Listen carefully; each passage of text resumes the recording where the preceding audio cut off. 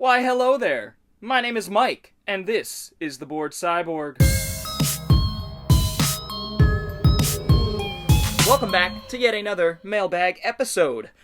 So as you could probably tell, I've been doing quite a bit of upgrading, a little bit of shopping as well with the stimulus, and we're going to go over, we've got a bunch of packages. I'd say 8 to 10 packages again here. And we're going to go over them one by one and see what we've got. I've been saving these up over the last couple weeks. Let's jump right in. But before we do, I'd love to know what you have picked up over the internet, on the internet, or in pawn shops / thrift shops, things like that. I'd love to know what you guys have picked up. Feel free to leave that down in the comments below. We'll get a little discussion. That's right. Alright, let's jump right in no particular order. The last mailbag I put out, the last item was actually a book, and that was unplanned. I didn't plan it to be that way, but it ended up being a book, and it was what it was. So, let's see. We've got this wrapped up. 2 DVDs, it seems, wrapped up in some newspaper, which is great.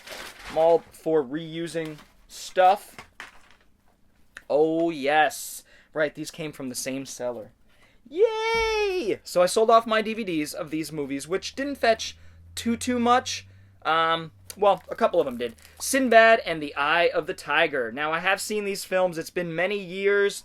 Also, The Golden Voyage of Sinbad. These are the 2 70s ones that Ray Harryhausen did, or at least worked on. He didn't direct them, obviously. Gordon Hessler and Sam Wanamaker. One of them came out in 33 or 73. This one came out in 73. This is Golden Voyage, and 77 was Sinbad and The Eye of the Tiger. There is one other that actually should be somewhere here in my packages. There's one other, The Golden Voyage, or The 7th Voyage of Sinbad, which came out in the 50s. Harryhausen worked on all of them. That's sort of the thread that continues throughout these films, kind of making it a trilogy, even though Sinbad is never played by the same actor twice in this trilogy. These are indicator releases, which I knew I had to get. The box set is out there, but it's going for hundreds of dollars now, and I just couldn't afford that. So the single ones were going, I think I got most of them from $15 to $20.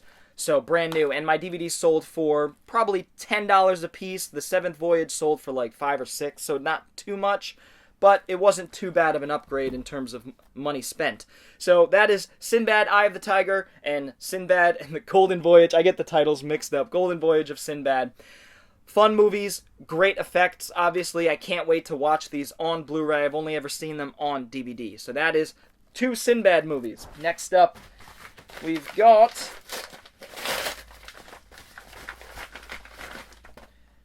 Oh, wow, this came quickly. Olive release of Biodome. I ordered this like 2 days ago. Biodome. I sold off my 2 DVDs. I had 2 DVDs, one in the collection, one I picked up pretty recently. Sold them off, or am selling them off for like $12 a piece. They should fetch that, and then end up getting me like $8 profit.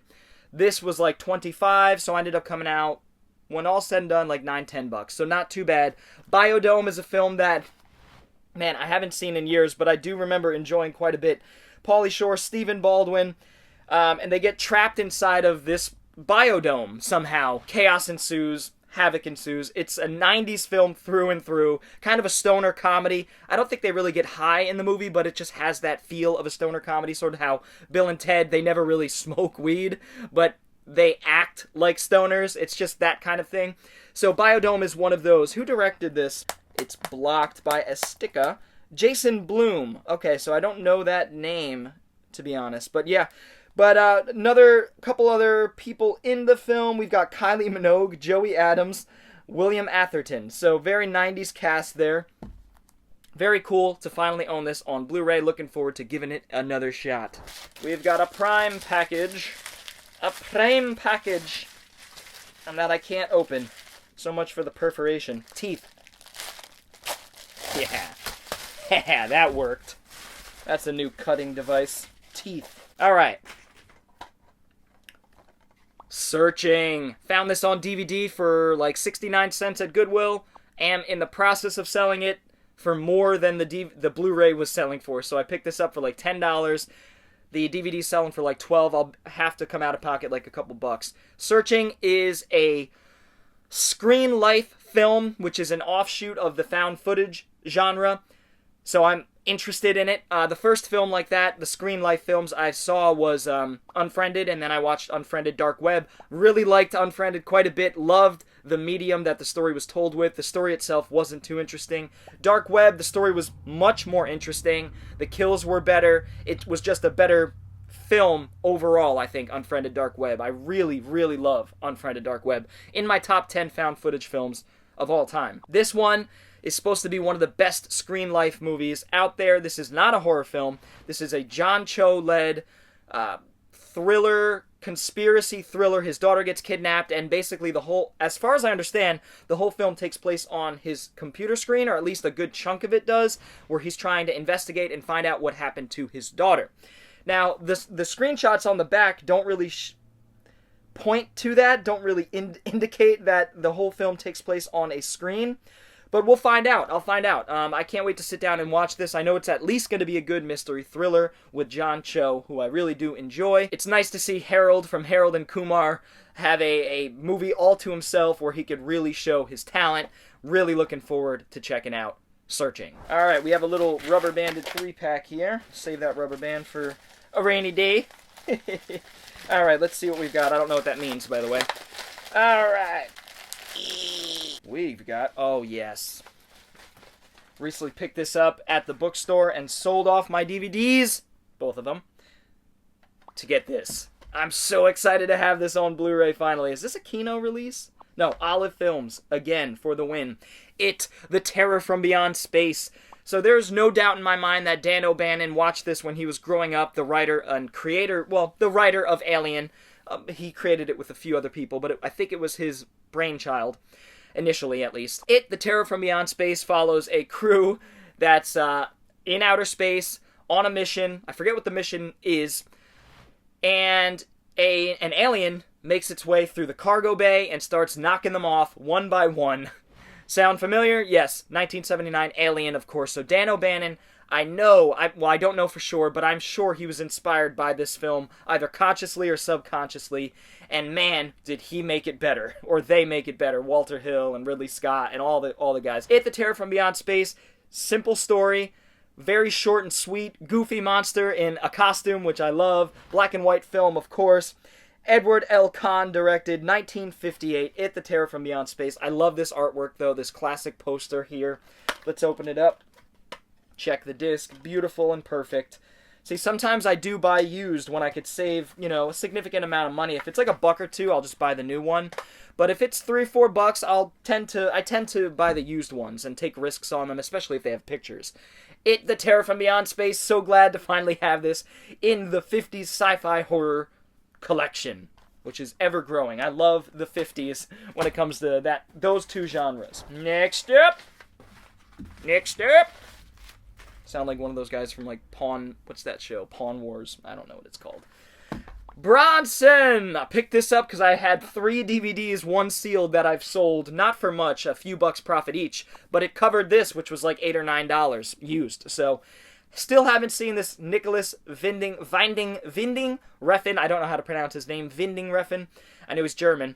So, this one follows Tom Hardy, who plays a character who calls himself Bronson in prison, and he's just like this hardcore prisoner who just beats the shit out of a bunch of people. I don't know much about this film. I know it's going to be gritty, violent, brutal, and hopefully house a great performance by Tom Hardy, who I always enjoy Tom Hardy, but he's yet to really blow my doors off, you know what I mean? He's yet to blow my mind in terms of performances.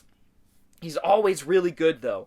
The Drop and Inception and The Warrior, he kind of blew me away in Warrior, it's called Warrior, I believe. The fighting movie, the MMA sort of UFC fighting movie. Either way, can't wait to check out Tom Hardy in Bronson.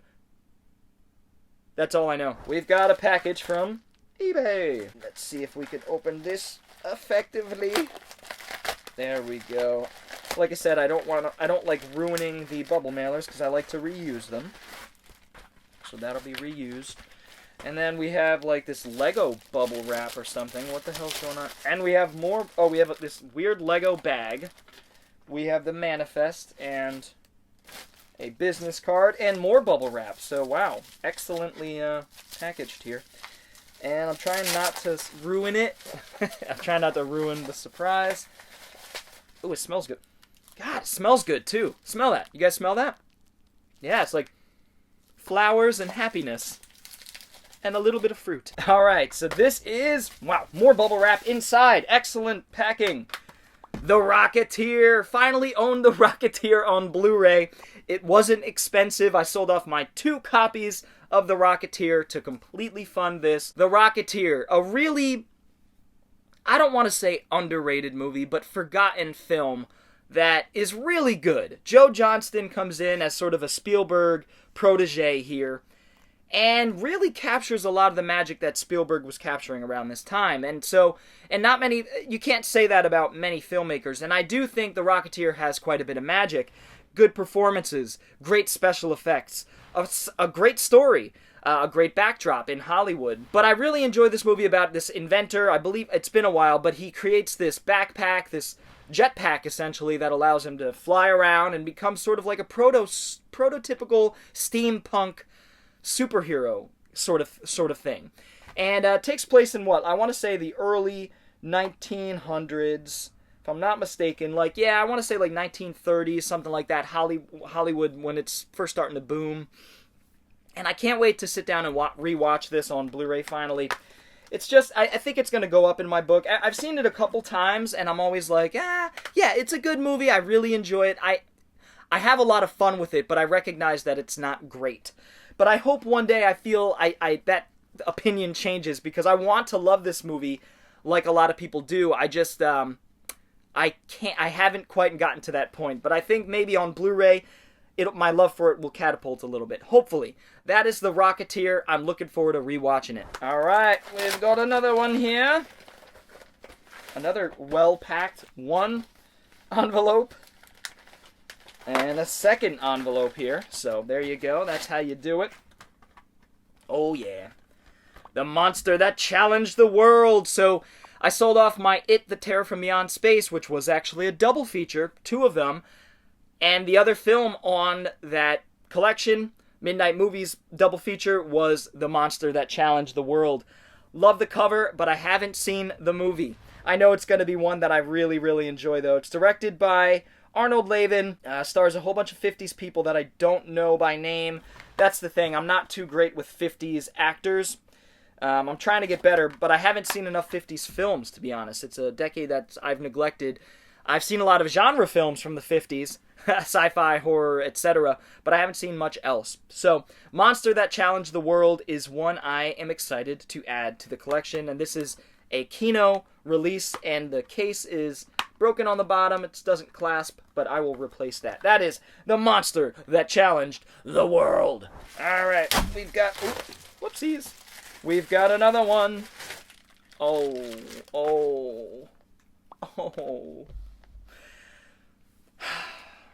So, this is Venus Wars. I didn't even know this had come out, and I did a whole bunch of research and found that this is the quintessential version of Venus Wars, according to most people. Some people still prefer the Bandai release that was a few years ago. That has a pretty, not a major problem, but it has a minor issue where one whole chapter of the film is the dub track is off, so it just doesn't sync up right. That bugs me quite a bit. It takes me out of the film. It definitely takes you out of the film a bit. And the picture quality, the sound is really good on that Bandai release, but I hear that it's all better here. And I don't know that for sure. I'm not good. I have a good eye in some sense, but when it comes to differentiating quality of Blu-rays and stuff, I'm not too good with it. I know a lot of you guys are great with it. But if you have compared this Venus Wars, the new release, newer special edition release, to the old one, let me know which one you think is better. I want to watch both sort of back to back and see if I could pick up any differences. Either way, that is Venus Wars, guys. I got to open this up on camera. I have to. By the way, I didn't even talk about the film. Venus Wars is about a group of kids who get caught up in a war on a colonized Venus. Humans have colonized Venus, and of course, anywhere we colonize, we're going to end up having war. And so Venus goes to war with another well, it's like a civil war on Venus, essentially. And these kids, these teenagers and a reporter and some adults too, are caught up in the war, and it really shows the effects of the war in honestly a pretty realistic way, especially for an animated film, if you want to say that. But it's sort of matter-of-factual, like their worlds don't stop when the invading force comes in and starts bombarding the town. But they're trying to figure out a way to survive, to get out of the town, to save the ones they love. It's really powerful, great action, incredible score by Joe Hisaishi, who you would know from basically all of the Hayao Miyazaki Studio Ghibli films. He composed almost all of them with Miyazaki. And so Venus Wars, which is directed by Yoshikazu Yasuhiko, or Yasuhiko Yoshikazu. Can't believe I pulled that out. And he's known for directing some Gundam stuff, but Venus Wars is just one of my favorite animated films of all time, and a very underrated one, with great mecha design and vehicle design and character design, and just a great story that's powerful, poignant, and look, guys, I have goosebumps just thinking about Venus Wars. I love this, and man, is this beautiful. It's a little dented on the back there. That happens sometimes, a little bit of damage and whatnot, but beautiful, beautiful artwork here. I am blown away. We have a nice glossy, oh my god. Look at this. It's an art book that shows all of the concept drawings for the mecha and for the awesome motorcycles that I'm showing off right there. Man, the character designs, this is incredible. Oh man, like promotional artwork, posters. It's got an interview with Yoshikazu Yasuhiko. Wow. This is incredible. What is this? I'm sorry. I'm like nerding out over here. Let's see. There was something that caught my eye. What's all this at the back here? I'm going to show you guys in a second. Sorry, don't mind me. Yoshikazu Yasuhiko's behind-the-scenes battlefield expose. Please read the manga on the very last page of this book. It's a little manga that I guess Yoshikazu Yasuhiko wrote. Behind-the-scenes battlefield expose of Venus Wars. Look at that. How cool is that? I wonder if he drew it, too. Give it time to focus there, guys. Wow. This is like one of the better special little edition booklets that I've seen. It's got concept art, a little interviews, a manga by the director. I mean, this is incredible, guys. I'm like freaking out. Wow. And then the movie itself, of course. We've got the disc here. Well, that's weird. It's got a couple like light scratches. It made me just think, wow, that is weird. It's brand new, but it has a couple very light hairline scratches. I'm not worried about it, but that's still a little odd. It's got it's great artwork here. The other release had really good artwork too, but this looks like one of the original posters here. Wow. Just beautiful. And yeah, I am just so thrilled to have what I think is going to be the quintessential version of Venus Wars. Maybe if there's a 4K that comes out, that'll be better. But I'm so happy to own Venus Wars. I gotta move on to the last box here, because I've been talking about this for quite some time. Guys, if you haven't seen this film and you're a fan of genre stuff, sci-fi stuff, this is one of the best sci-fi anime ever, in my opinion. I absolutely love Venus Wars. Oh, it's so good. Last, hopefully not least, I have no idea what this is. Watch it be another book. Watch it be another book. And this one has a piece of tape that's going to be a biatch. Oh, never mind. Brute strength. Let's go. Oh, yeah! I finally have all of the Gamera movies on Blu-ray, every single one of them from Arrow. I have the two sets, the Heisei era set and the Showa era set. The Heisei era set has the 90s trilogy that Shusuke Kaneko did, directed. Incredible kaiju movies, some of the best. And then it has Gamera, Guardian of the Universe. I'm sorry, Gamera the Brave. Guardian of the Universe is the first of the 90s ones. 2 is the second. 3, Revenge of the Iris. And then Gamera the Brave, which came a few years after those. I want to say in the 2000s. When did this one come out? And as per usual, it doesn't say. Woohoo! Woohoo! That's crazy too. Shusuke Kaneko directed the 3 films, the trilogy from the 90s, and Kazunori Ito, who wrote Ghost in the Shell, actually wrote the films. So that's amazing. I didn't know that the Ghost in the Shell writer wrote the Heisei era trilogy. Man, am I thrilled to finally have this. I'm going to open it up and show it off because I'm good. Even if a 4K collection comes out, I'm good with these Arrow Blu-ray sets here. I just want to sit down and finally get through these movies because I've only seen the 90s ones and the original. So I finally have them all, be able to sit down and watch them all. Let's take a look at the artwork here, guys. Incredible. Oh, look at that. So good. Sort of following the design, the style of the Criterion collection, Godzilla Criterion collection in a lot of ways. Newly commissioned artwork, independent style, very, very good artwork. I'll show you guys each one here. Yeah, so I am thrilled, loaded with special features. I am thrilled to finally own every single Gamera movie on Blu-ray. Finally! Thank you! The clouds have parted, the sun is shining. Gamera! I just want to thank you all for checking out this mailbag. I hope you all enjoyed it. It was a fun one to go through, a lot of cool things that I'm really, really excited about sitting down and watching, and we'll do so in due time. If you enjoyed this video, feel free to give it a thumbs up, and if you're new to the channel and want to see more videos like it, go ahead and hit the subscribe button, as well as the little bell for notifications. I also have t-shirts and a Patreon. Links are in the description below. I'd love to know what you guys have picked up online or at thrift shops, pawn shops over the last couple weeks. Feel free to leave that down below. Anyway, guys, I will see you all next time. TheBoredCyborg is out. Yeah, I'm out. See ya.